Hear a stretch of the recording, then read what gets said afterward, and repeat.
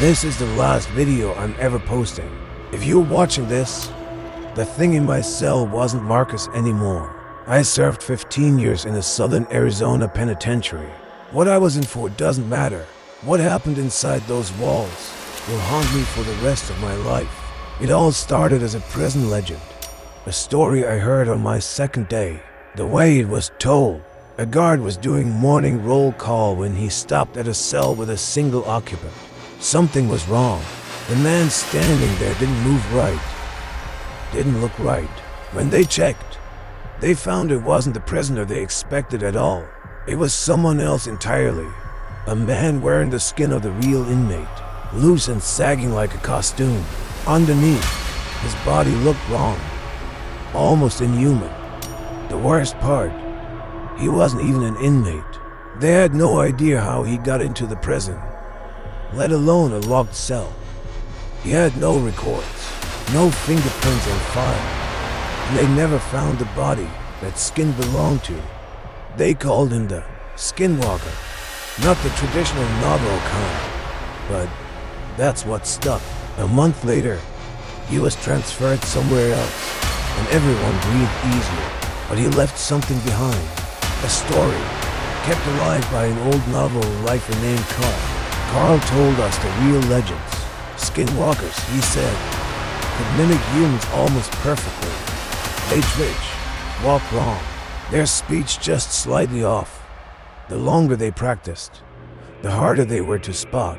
Most would kill the moment they could, but Carl believed there was one. The Grand Master Skinwalker, who was patient.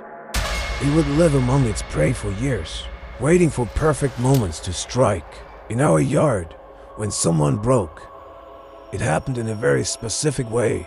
They'd stop speaking, shuffle when they walked, avoid all friends they had.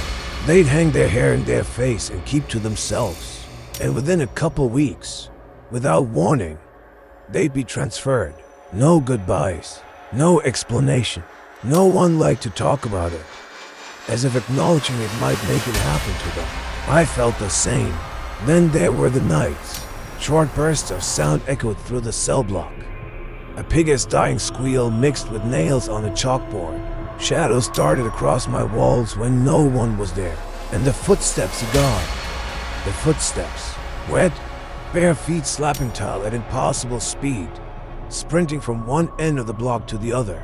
By the time you turned your head, it was already gone. About a week before my release, my cellmate Marcus broke. He stopped talking, stopped eating with me, stopped looking at me. One night, I woke to see him sliding his body between the bars of our cell. Bars I couldn't even fit my shoulder through, but he wasn't escaping. He was coming back in. I didn't sleep after that. Not really. On my last day, I didn't say goodbye to Marcus. I just left, walking along the fence toward the front gate. I spotted him standing alone in the yard, twitching. I shook my head and looked away, but I made the mistake of looking back one last time. This time, from the other side of the fence, I saw him, Carl, slouched in the yard, watching the other inmates, twitching. And Carl had been dead for years.